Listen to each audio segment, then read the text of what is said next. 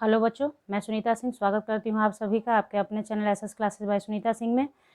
तो आज हम लोग स्टायरीन के बारे में जानेंगे। ठीक है, स्टायरीन जो अभी आप लोग इसके बारे में बहुत कुछ जान चुके हैं पिछले 2 दिनों में, है ना।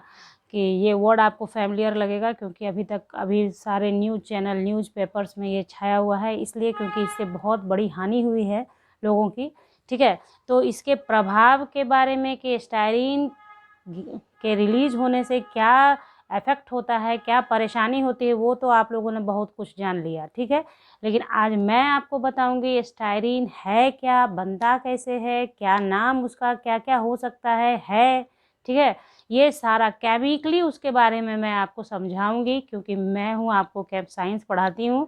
तो चलिए, मेरा काम है कि आपको अवगत कराना, क्योंकि एक क्यूरियोसिटी तो ज़रूर होती है जब आप किसी चीज़ के बारे में जानते हैं तो आपको ये ज़रूर लगता है मन में कि है क्या आखिर। ठीक है, तो उस चीज़ के बारे में कल भी मैं ये वीडियो बना देती बच्चों, लेकिन कल जब न्यूज़ में जब ये सब चीज़ें आ रही थी, मैं देख रही थी, तो थोड़ी देर के लिए दिमाग पूरी तरह से ये मतलब क्या कहते हैं उसे न काम ही नहीं कर रहा था कि आखिर हो क्या रहा है। एक तरफ कोरोना फैला हुआ है, उससे हम लोग अभी उभरे नहीं हैं, तो फिर लगातार इस तरह का प्रॉब्लम आ रहा है कि इस तरह से प्रकृति में इतना चेंज आ रहा है। आप देख ही रहे हैं, आप सभी इस चीज़ से अवगत हैं। फिर अभी जो ये गैस लीकेज का प्रॉब्लम, ये सब चीज़ से क्या है, पूरी तरह से हम लोग मतलब अभी परेशानी। तो थोड़ा सा आदमी human being, we are human being, तो थोड़ा सा इमोशनल हो जाता है आदमी कि इमोशनली अटैच हो जाते हैं हम लोग किसी से। ठीक है, तो इसलिए कल मैंने ये वीडियो नहीं बनाया है, आज मैं ये वीडियो बना रही हूँ और आप लोगों को सिर्फ और सिर्फ मैं यहाँ पे लास्ट तक ये अवगत करा दूँगी what is styrene. Okay, styrene क्या है और क्या क्यों इसके लीकेज से इतना बड़ा प्रॉब्लम क्रिएट हुआ। ठीक है, तो बने रहिए अंत तक मेरे साथ। वीडियो में कोई बड़ा वीडियो नहीं होने वाला है बच्चों, छोटा सा वीडियो है। एक बारी आप देखेंगे तो आपका बहुत सारा कॉन्सेप्ट स्टायरीन से रिलेटेड क्लियर हो जाएगा। और बात रही बच्चों की, तो बच्चे या बड़े जो कॉम्पिटेटिव एग्ज़ाम भी देने वाले हैं उनके लिए भी यूज़फुल हो गया ये, क्योंकि अब चूँकि ये देखिए न्यूज़ हो गया, बहुत बड़ा ये चीज़ हो गया, हानिकारक घटनाएं घट गई हैं, तो उसके वजह से क्या होगा, ये चीज़ आपके लिए क्या है, कॉम्पिटेटिव लेवल पे भी जो एग्ज़ाम कमिंग आने वाले होंगे, जिनके क्वेश्चन पेपर तैयार नहीं है, तैयार किए जाएंगे, तो उसमें इससे कुछ ना कुछ रिलेट करके देगा ही देगा। तो इसके लिए मैंने ये वीडियो बनाया। इसलिए ये कोई बात बाउंडेशन नहीं है कि इसे सिर्फ 9th का बच्चा देखेगा, ना सिर्फ 10th का बच्चा देखेगा या कॉम्पिटेटिव लेवल के देखेंगे। एनीबॉडी, कोई भी देख सकते हैं जिनको भी क्यूरियोसिटी है जानने की कि what is styrene. Okay then, तो बहुत लंबा चौड़ा बातचीत हो गया, थोड़ा सा बातचीत होना भी चाहिए। आप लोग एकदम एक कहते हैं लोग कि सिर्फ फैक्ट बात कीजिए, अरे फैक्ट होता है, फैक्ट पे ही बात करना होता है, बट हम लोग एक तरह से इमोशनली अटैच होते हैं वीडियो के थ्रू आप लोगों से। तो चलिए स्टार्ट करते हैं हम लोग आज का अपना वीडियो। तो देखिए, मैंने आपसे कहा बच्चों कि स्टायरीन, तो स्टायरीन का मॉलिकुलर फॉर्मूला होता है C8H8, यानी कार्बन भी 8, हाइड्रोजन भी 8 होता है उसमें। ठीक है, उसके बाद जानिए कि है क्या। It is derivative of benzene, यानी डेरिवेटिव कहने का सेंस होता है कि जो उसका पेरेंट ये हो, क्या कहते हैं उसे, पेरेंट स्ट्रक्चर हो उसका, जिससे वो बना हो, जिससे डेराइव किया गया हो। ठीक है, तो it is derivative of benzene, derive किया गया है किससे, बेंजीन से, यानी बेंजीन के साथ रिएक्शन से ये बनता है। ठीक है, तो ये हो गया बेंजीन, मतलब C6H6 को बोलते हैं हम लोग बेंजीन। फिर देखिए, it is an organic compound, जब बेंजीन का डेरिवेटिव है यानी बेंजीन से बना है, कार्बन है, हाइड्रोजन है, तो आप समझ गए कि ऑर्गेनिक कंपाउंड ही होगा। इसको हाइड्रोकार्बन भी आप बोल सकते हैं। और साथ ही साथ देखिए फिर क्या है, it is formed by the dehydrogenation of ethyl benzene. Ethyl benzene का जब डिहाइड्रोजिनेशन यानी हाइड्रोजन रिमूव होगा, निकलेगा, डिहाइड्रोजिनेशन मैंने पढ़ाया है पहले भी वीडियोज़ में। डिहाइड्रोजिनेशन का मतलब होता है हाइड्रोजन का निकलना, हाइड्रोजन का निकलना। तो जब हाइड्रोजन निकलेगा तब हाइड्रोजिनेशन कहलाता है। तो जब C6H5 C2H5 में से 2 हाइड्रोजन रिप्लेस हो जाता है तो बनता है C6H5 CH double bond CH2। This is your styrene, जिसने इतना कोहराम मचा के रखा है अभी अपने विशाखापट्टनम में।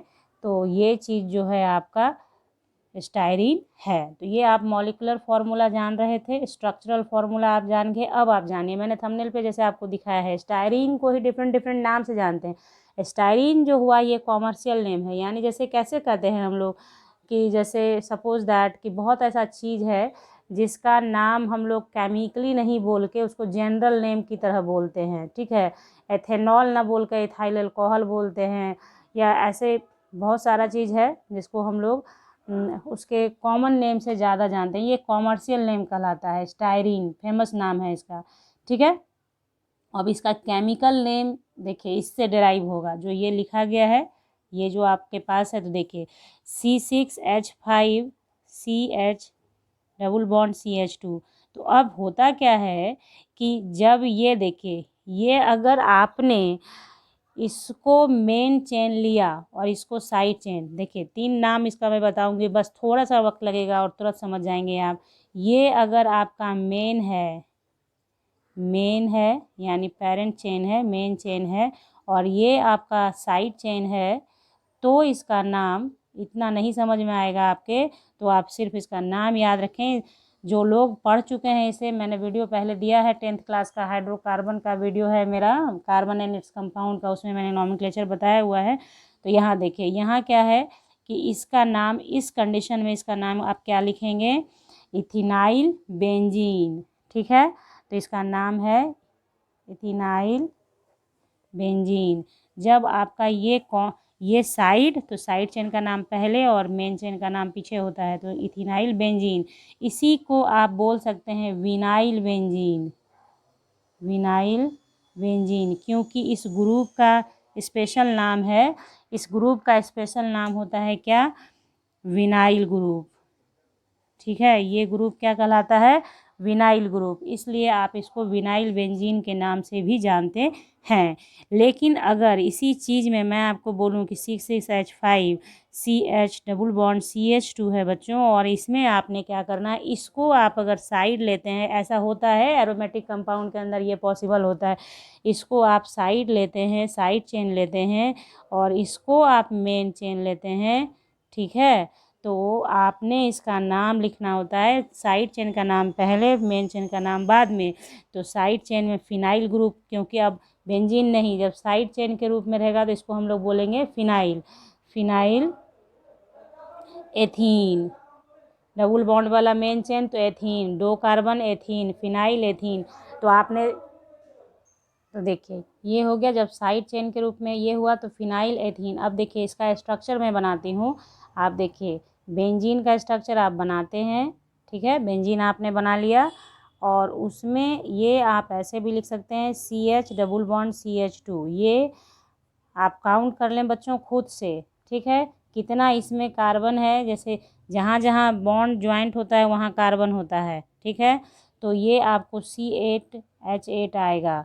उसके बाद आप इसको चाहें तो लाइन डायग्राम के फॉर्म में बना सकते हैं। बेंजीन आपने बना लिया, और देखिए कैसे करेंगे आप, एक ऐसे किया, एक ऐसे किया, एक ऐसे कर दिया, तो ये हो गया, ये भी इक्विवेलेंट है, यानी दोनों चीज़ एक ही है। ये लिखें आप, ये बनाएं आप, ये लिखें आप, कोई फ़र्क नहीं है, ये सब एक ही है।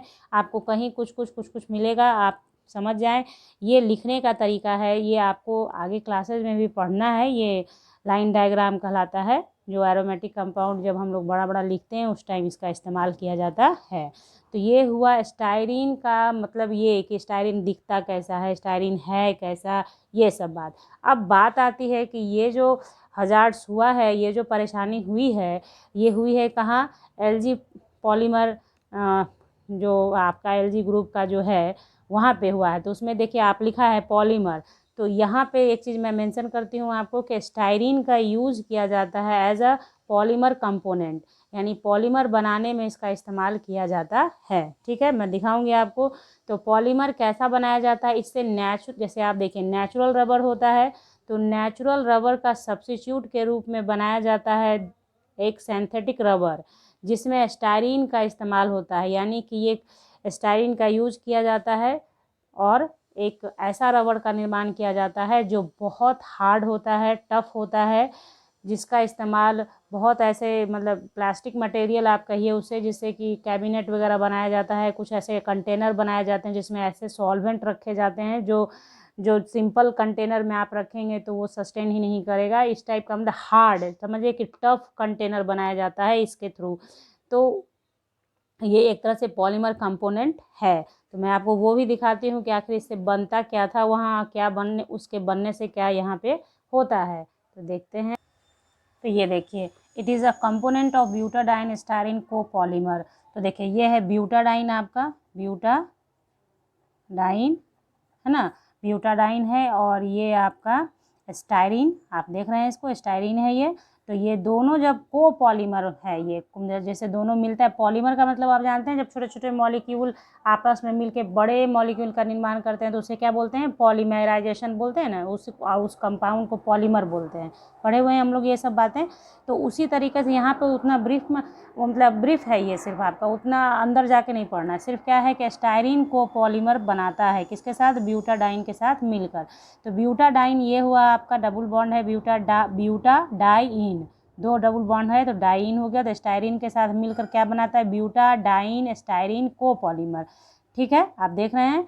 उसके बाद देखिए ये इसका मतलब होता है कि इसके आगे भी चेन जारी है और भी आगे बनता रहेगा। बहुत कुछ है इसमें पढ़ने को, पॉलीमर जब आप पढ़ेंगे तो बहुत कुछ जानेंगे, लेकिन इतना कुछ नहीं, जो बेसिक है, जो बहुत ज़रूरी जानकारी है, जो एग्जामिनेशन पर्पज़ से मतलब जो कॉम्पिटिटिव एग्जाम वाले हैं उनके लिए जो ज़रूरी है वो सारी बातें, और जिन बच्चों को जानने के लिए जो ज़रूरी है वो बता रही हूँ मैं।